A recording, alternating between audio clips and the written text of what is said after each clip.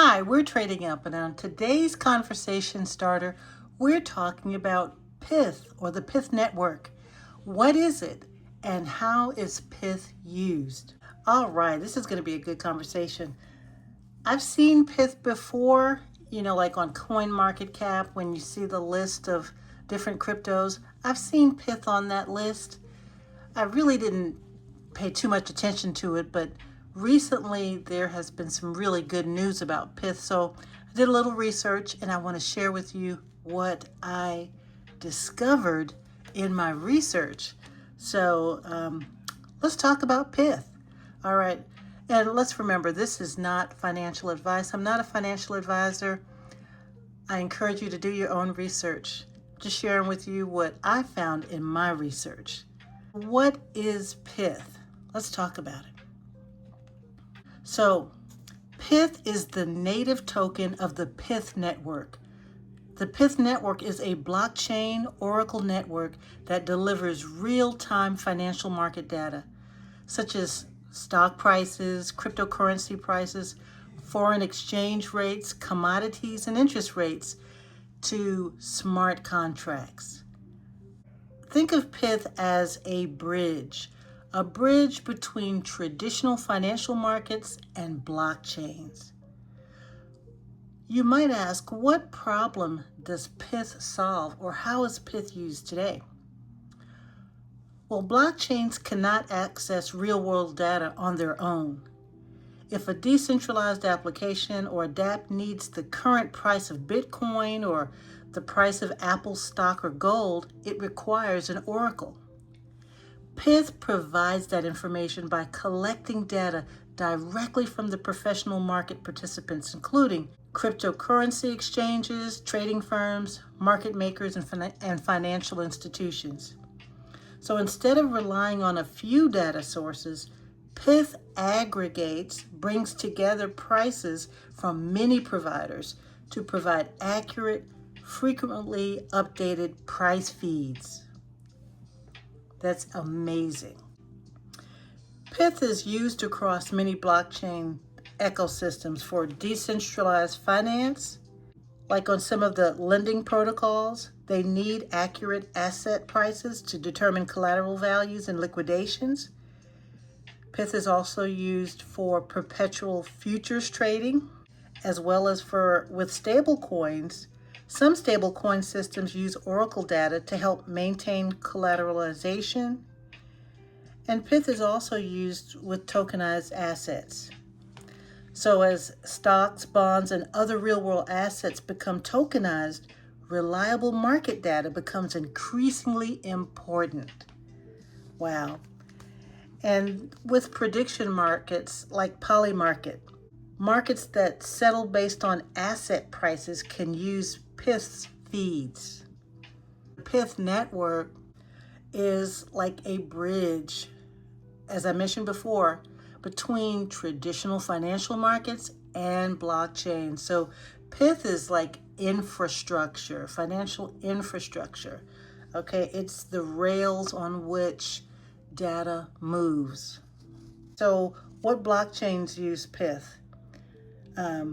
You may be surprised to find out that PYTH supports Solana, Ethereum, Arbitrum, Optimism, Base, BNB chain, as well as other blockchain networks.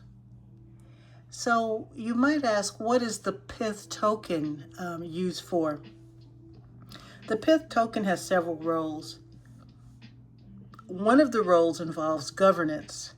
So the token holders can vote on network proposals, as well as network incentives. Participants who provide valuable market data can be rewarded. The PYTH token is used for ecosystem growth. The token helps to fund development and encourage adoption. Awesome. So one of the things that I wanted to look at as well was, what are the advantages of PYTH? Because the function of PYTH in data collection is comparable to that of Chainlink. And I've done some research on Chainlink and shared that with y'all as well. But let's take a look at some of the advantages of PYTH. High frequency price updates. The data comes directly from institutional market participants rather than only third-party aggregators. It supports hundreds of price feeds.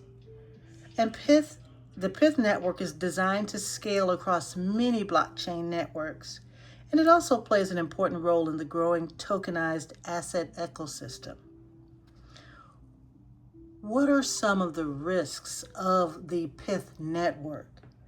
Well, if we call this a risk, it does face competition with the Oracle network like Chainlink, okay? And we know that Chainlink is a massive Oracle network, a data provider, but Chainlink also has a lot of other functions that it does as well. So it does face competition.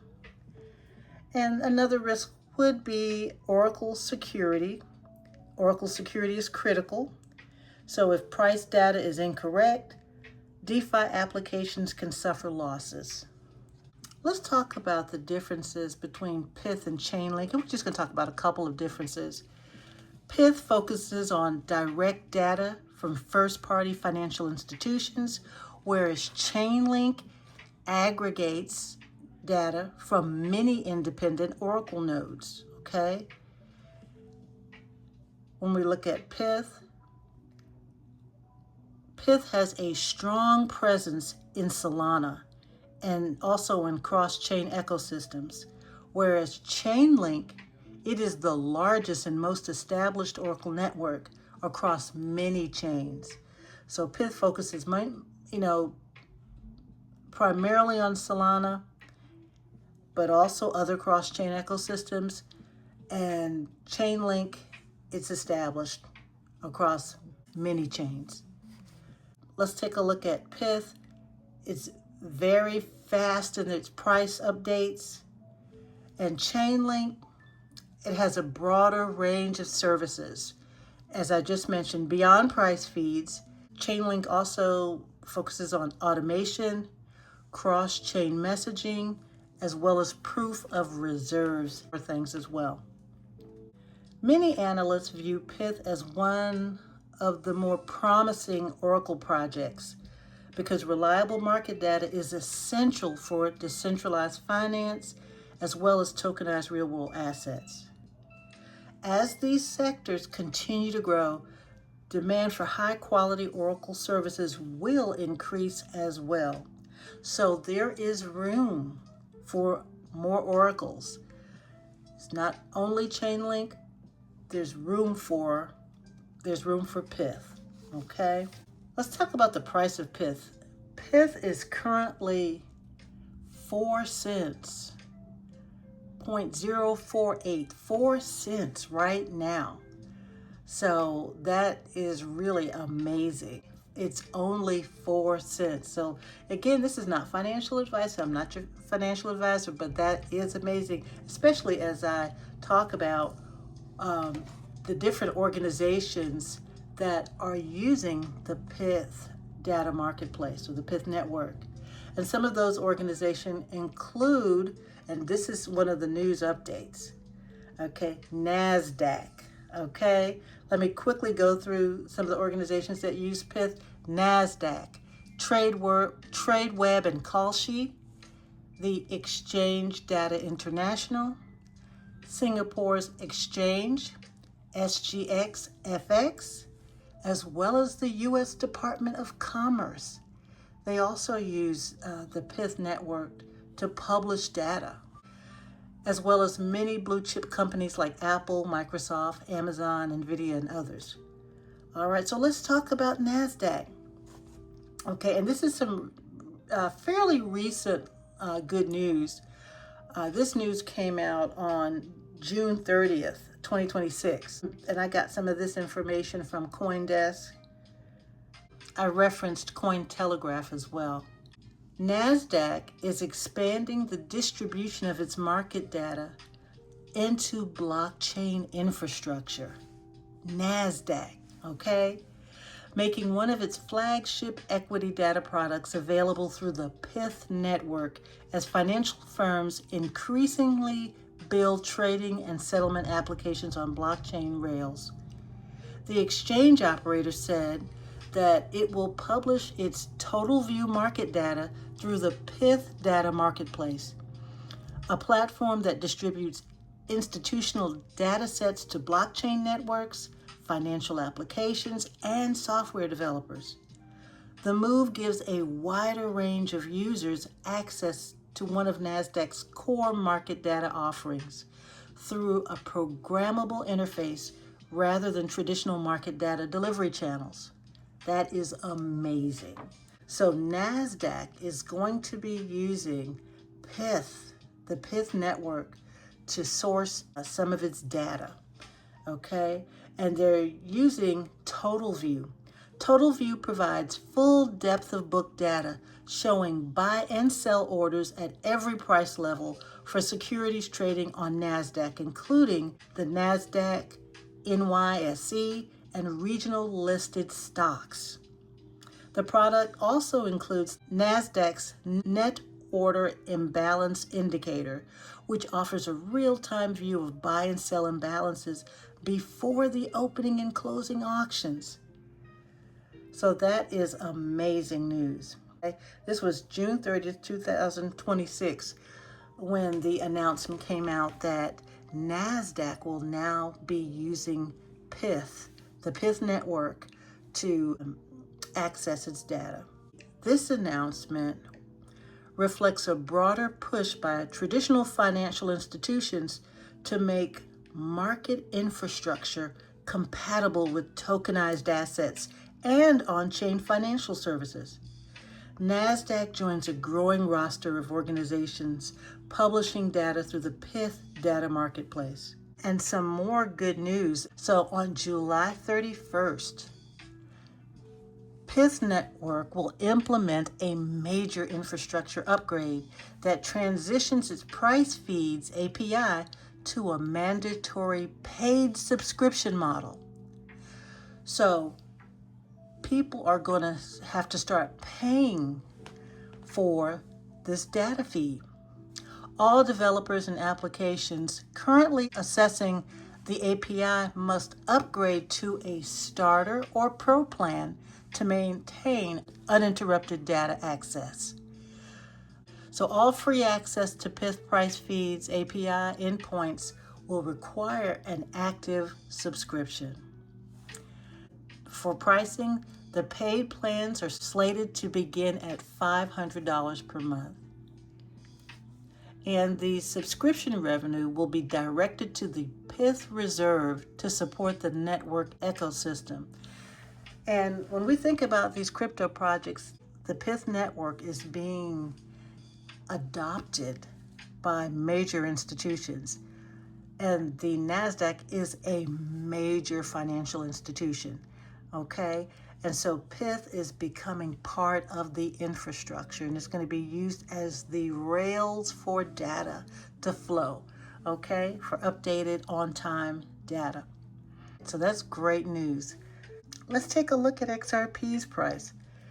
XRP's price is $1.14 right now. So I know since the last time I came on, the price has dropped, and it's kind of it's been in this low price range for a while, but as I said in previous videos, do not let the price fool you. XRP has a massive use case here. Don't let that price fool you. When you see that price being $1.14, and that's cheaper than a Snickers bar, this is not financial advice, but when those prices are like that, it's a great time to accumulate. And I guarantee you, if you take a look at the data, if you see institutional buying, institutions are stacking XRP. We just need to see that Clarity Act pass. And today, July 22nd, there was a lot of conversation up there in Congress with the president, with Congress, trying to get that Clarity Act passed. But of course, you know, the banks are trying to put some roadblocks there. Once that Clarity Act passes, systems will change. All right, and so let's take a look at Bitcoin as well. Yeah, Bitcoin has gone up a little bit here. It looks like it's 65,938. So yeah, Bitcoin has moved up some here. It moved up some and it kind of dipped in the last couple of hours. Yeah, it was at 66,000. So, you know, we're just with this debate about the Clarity Act. Now, if that Clarity Act passes, I would imagine that most cryptos, especially those that have a significant use case, they have a purpose, they have utility, that we'll see those prices rise. Well, I just wanted to share my research with you so that you can be prepared and not surprised, especially within these coming days, weeks, and months when there's so many changes happening behind the scenes. You know, a lot of times we don't hear about all of this stuff in the news, but change is happening. And we want to be prepared and not surprised. So until next time, take care.